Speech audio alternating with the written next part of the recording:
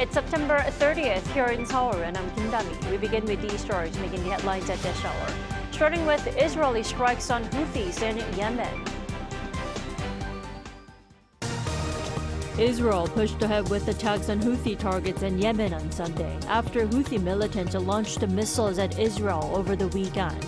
U.S. President Joe Biden reiterated an all-out war in the Middle East must be avoided. President Yoon is holding a summit with the Prime Minister of Slovakia, Robert Fico, here in Seoul on Monday, where they are expected to explore ways to broaden practical cooperation between the two countries, as well as on geopolitical risks and challenges. The number of self-employed people here in South Korea this year dropped to below 20% for the first time in 60 years, marking a significant shift in the country's demographics. Israel has expanded its conflict in the Middle East to target the Iran-backed Houthis rebels in Yemen. Israel also says 20 Hezbollah commanders were killed in recent days, with fears of an all-out war in the region growing. Lee Seung-jae reports. The Israeli military has said it intercepted a missile launched from Yemen, targeting Israel on Saturday. The Houthis targeted the Ben Gurion International Airport, located in its capital, Tel Aviv, as Prime Minister Benjamin Netanyahu was returning from the U.S. In response, Israel launched a massive attack on Yemen on Sunday, targeting the Iran-backed militant group. The Israeli strikes killed at least 4 people and injured 29 others. Marking the second such Israeli attack on Yemen in just over 2 months, the Israeli military used dozens of aircraft, including fighter jets. The Israeli military said that the Houthis have been operating under the direction and funding of Iran, undermining regional stability and disrupting global freedom of navigation. Meanwhile, the Israeli military also announced that it has been successful in eliminating key members of the Hezbollah leadership. The military said that its recent airstrikes killed 20 Hezbollah members. The head of Lebanon's Hezbollah was killed on Friday, along with his right-hand man. Amid growing fears of an all-out war in the Middle East, U.S. President Joe Biden said he would speak with Israeli Prime Minister Benjamin Netanyahu. Biden said he believes an all-out war in the region must be avoided, but did not say when he plans to meet with the Israeli leader. Lee Seung-jae, Arirang News. The Russian military on Sunday struck the Ukrainian city of Zaporizhzhia, injuring at least 16 people and causing damage to residential and commercial buildings and infrastructure in the area.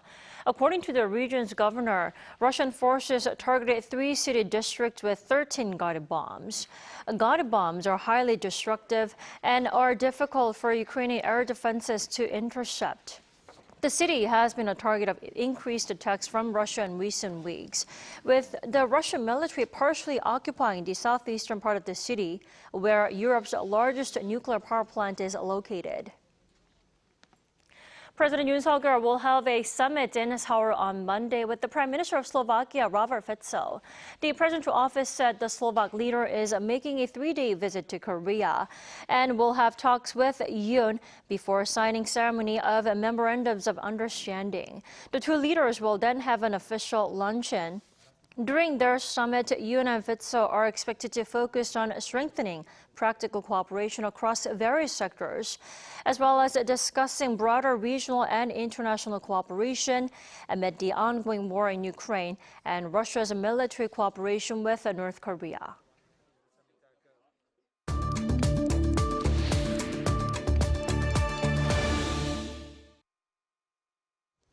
South Korea-China relations, which have been rocky in the past, are looking to be smoothed out gradually, with the two sides even planning a summit between their leaders. North Korea also spoke up this weekend, slamming Washington's military aid to Ukraine. Let's turn to Dr. Bruce Bennett for more. Good morning. Good morning. So the top diplomats of Seoul and Beijing met in New York on the sidelines of the UN General Assembly, and they agreed to arrange a meeting between their leaders, raising hopes of a visit to South Korea by Chinese President Xi Jinping for the first time in a decade. Now, what would his visit mean this time if it actually happened? Oh, I think it's an opportunity for South Korea and China to try to strengthen relations. China is South Korea's biggest trade partner. Mhm. And so making sure that that relationship is strong is important to the economy of South Korea, despite all of the kinds of sanctions that are occurring because of Chinese support of Russia and other rogue countries. Well, we also have to talk about North Korea. North Korean leader Sister Kim Yo-jong publicly denounced the U.S. decision to supply additional military aid to Ukraine. Now, why is Pyongyang reacting to Washington's decision, especially when, there have been apparent arms deals between the regime and Moscow? Well, and I think that's exactly the reason. North Korean leadership is embarrassed by violating international law. There have been sanctions against Russia. There are sanctions against North Korea. They should not be doing business with each other. And so they're trying to divert attention from their bad behavior to what the U.S. is doing, trying to make it look like we're doing something wrong when there are no sanctions against us from supporting Ukraine. And Ukraine is being targeted. I mean, their civilian population is being targeted by Russia. That is an incredibly terrible behavior that's unacceptable. But North Korea wants to help Russia divert attention from their really bad actions. On top of that, there have been numerous comments and much speculation over a seventh nuclear test by North Korea, possibly around the time of the U.S. election in November. Dr. Bennett, do you think such a test is really imminent? What do you think? I think it's possible. We don't know. I mean, Kim can't plan on doing 20 or 30 nuclear tests. He would get too much bad international response. He's got to limit himself to one or two or three. So he's got to be ready. He's got to have his scientists telling him that they've got a weapon that works. It's now been 7 years since their last test. And he's looking for, I think, a very specific kind of weapon and hasn't had confidence in it for 7 years. He may now be getting the Russian help. He needs to make it work. And politically, he would like to do it, I think, around the U.S. presidential election. The question is technically whether or not he can do that. Well, do you think the North is trying to stoke tension ahead of the election then? Would you say that? I think that they would be interested in doing that. I mean, look, presidential candidate Harris has made almost no statements on her prospective policy about foreign affairs of any kind, and certainly not about Korea. So people don't know what she's preparing to do. Trump has said more, but his past actions are weighing on him. I think that Kim has always wanted to be a media focus, and I think he thinks that if he does a nuclear test around the election, he's going to get a lot of attention and some policy response.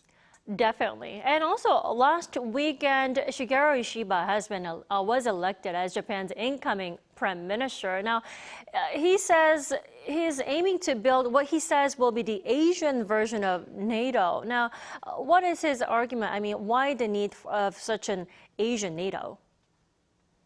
Well, we look at the hostility of China, the hostility of North Korea, the hostility of Russia. They're not an alliance per se. They're more like a cartel in the way they're doing business with each other. But that's threatening. And I think that he is anxious to try to build a defensive capability against such threats. Well, definitely that Asian version of NATO will get on China's nerves. But what will that mean for South Korea? I mean, is that a good idea for Seoul or not as much? Well, we go back to the president or the Chinese leader visiting Seoul and not having done it in 10 years. China spent decades building its relationship with Korea, where it would have economic pressure that it could bring to bear on South Korea. It's now been working on other countries to establish a similar relationship. I think China is hoping that it can use pressure on Seoul to prevent Korean participation in that kind of relationship. And that's just what China will be anxious to do. The question is whether or not Seoul is prepared to withstand economic pressure from China that China's been preparing for decades. Well, Dr. Bennett, Japan will have Ishiba as the incoming Japanese prime minister, and also there's the upcoming leadership transition in the U.S. Now, do you think the alliance between, or the trilateral cooperation between Seoul and Washington and Tokyo will remain, just as solid as it is now, even after the U.S. election, or, what do you think? We don't know enough from either Trump or Harris about how they will approach Korea. The reality is, given Harris's background, it'll probably depend upon who she chooses to be, Secretary of State, Secretary of Defense, and her national security advisor, if she's elected. It may be similar with Trump, though he tends to override those people. We just don't know at this point in time who the key personnel are going to be in the relationship. I think there are strong incentives for all three countries to strongly cooperate with each other. It's really hard to tell whether or not there will be the people in place that makes that happen. Alrighty, Dr. Bennett, thank you so much for your time and insight this morning. We appreciate it. You have a wonderful day. My privilege. Thank you.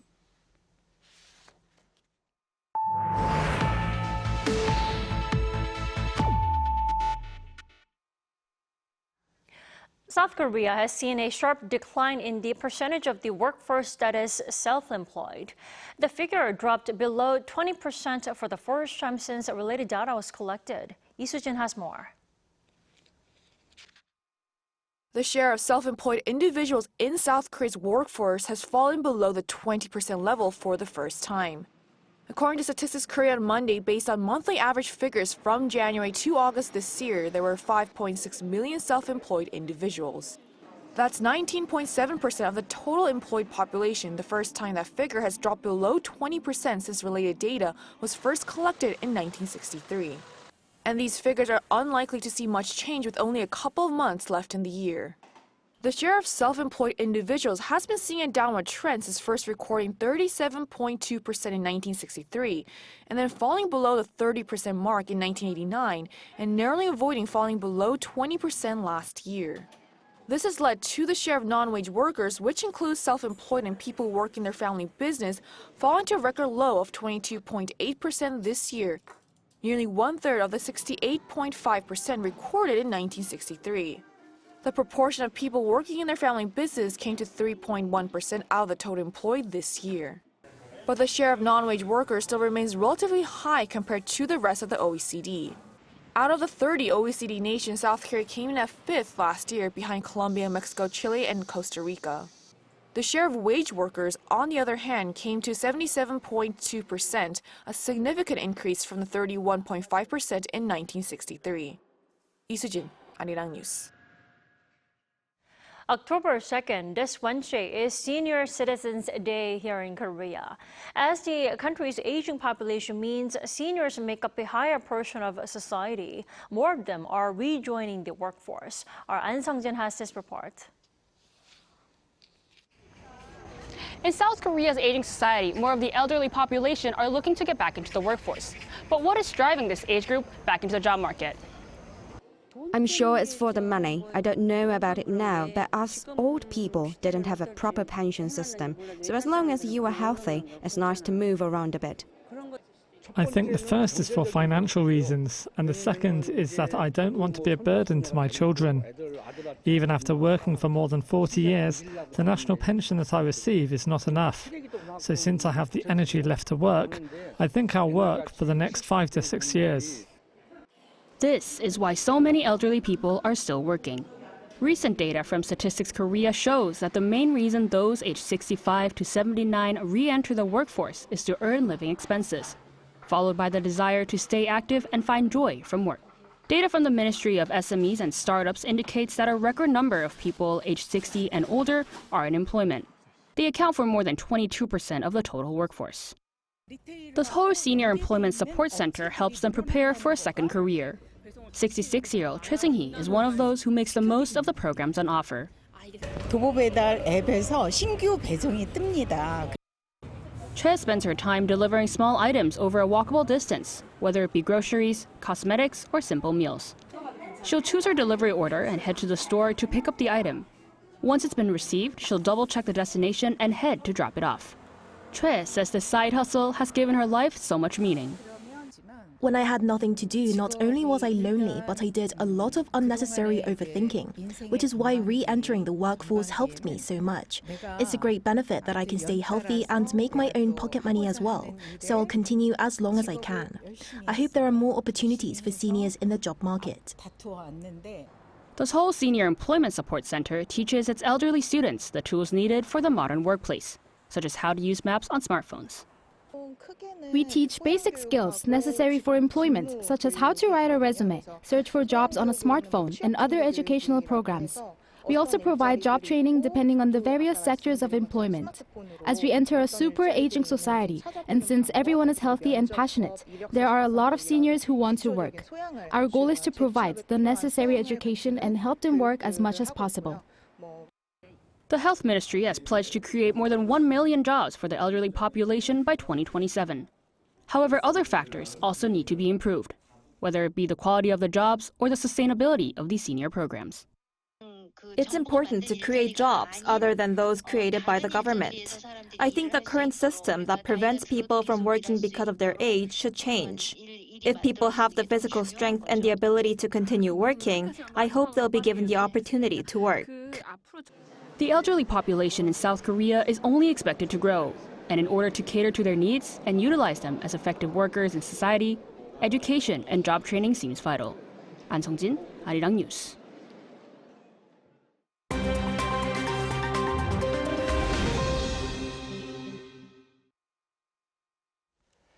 Good morning, I'm Kim Si-young, and this is The World Now.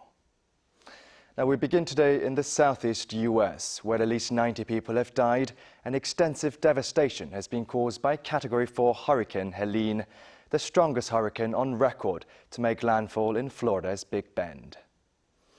Now Helene, which made landfall on Thursday night local time with wind speeds of 225 kilometers per hour, cutting power to some 2.4 million customers across several states, obliterated homes and properties, while raging floodwaters submerged communities and trapped families in landslides.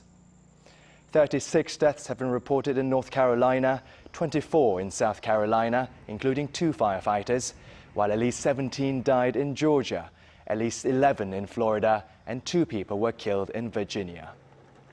Officials say hundreds of people are missing in North Carolina's Buncombe County alone. The state's Roy Cooper said, quote, "This storm has brought catastrophic devastation of historic proportions." Now, the U.S. Transportation Department said Sunday that hundreds of roads will remain closed in the Carolinas. On the same day, an Energy Department spokesperson said there is no estimated time frame for the restoration of power in the impacted areas. The death toll is expected to rise in the affected states. Staying in the U.S., the Republican presidential nominee and former U.S. President Donald Trump stepped up his personal attacks on his Democratic rival Kamala Harris, saying at a rally in Pennsylvania that she was born mentally impaired and should be impeached and prosecuted. Crooked Joe Biden became mentally impaired, sad, but lying Kamala Harris, honestly, I believe she was born that way. There's something wrong with Kamala, and I just don't know what it is, but there is definitely something missing. And you know what? Everybody knows it. With just over 1 month until the November presidential election, Trump intensified his personal offensive attacks at his rally in Erie, Pennsylvania on Saturday, while some senior Republicans distanced themselves from his comments. South Carolina Republican Senator Lindsey Graham said on CNN that, quote, "I just think the better course is to prosecute the case that her policies are destroying the country." Now, Donald Trump has previously made personal attacks at Kamala Harris, calling the Democratic candidate stupid, weak, dumb as a rock, and lazy. Schools in Nepal shut down for 3 days on Sunday after landslides and floods triggered by heavy rain across the country reportedly killed at least 151 people, while 56 remain missing. Now, up to 322.2 millimeters of rain fell beginning early on Friday, raising the nation's main Bagmati River 2.2 meters above its danger mark. Downpours in the valley around Nepal's capital, Kathmandu, brought the city of 4 million to a standstill, with residents jumping across rooftops to escape the threatening water levels, from which some 3,600 people have already been rescued. According to Nepal state media, 10,000 police officers, volunteers and army personnel were mobilized for the search and rescue efforts. Despite signs of easing, more rain is forecast until Tuesday. Now, New Zealand has reclaimed the world record for the largest mass haka after over 6,000 people performed the war dance together at a rugby stadium. Haka was made famous by New Zealand's All Blacks rugby team, who performed it immediately before their matches. A total of 6,531 Kiwis joined to perform the Kamate haka at the Eden Park Rugby Stadium in Auckland, with men, women and children all completing the vigorous traditional dance. A Guinness World Records adjudicator confirmed the number of participants and announced the previous world record held by France since 2014, with 4,028 participants, had been broken. Auckland organizers said they had hoped for up to 10,000 participants, but were pleased regardless to set the new world record.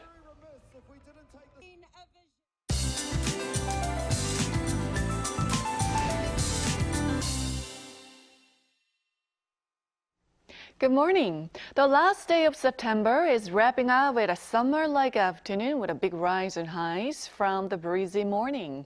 In fact, Daegwallyeong in Gangwon-do is waking up to single-digit morning temperatures. Please beware of big gaps in readings and do dress accordingly. Afternoon temperatures will be 3 to 5 degrees higher than season norms, topping out at 28 degrees Celsius in most parts of Korea this afternoon. Sunny skies are expected with decent air quality. Then tomorrow, Armed Forces Day, we're expecting light showers in many regions, which will bring an autumn chill to the country. And Seoul is forecast to wake up to a low of 11 degrees on Wednesday morning. Take out your warm autumn jacket for October. Meanwhile, Typhoon Krathon is traveling along Taiwan's south coast. It could shift course towards South Korea, which could impact Korea later in the week. And as we have frequent holidays this week, so please keep an eye on the latest weather forecast. Well, that's Korea for you, and here's a look at the international weather conditions.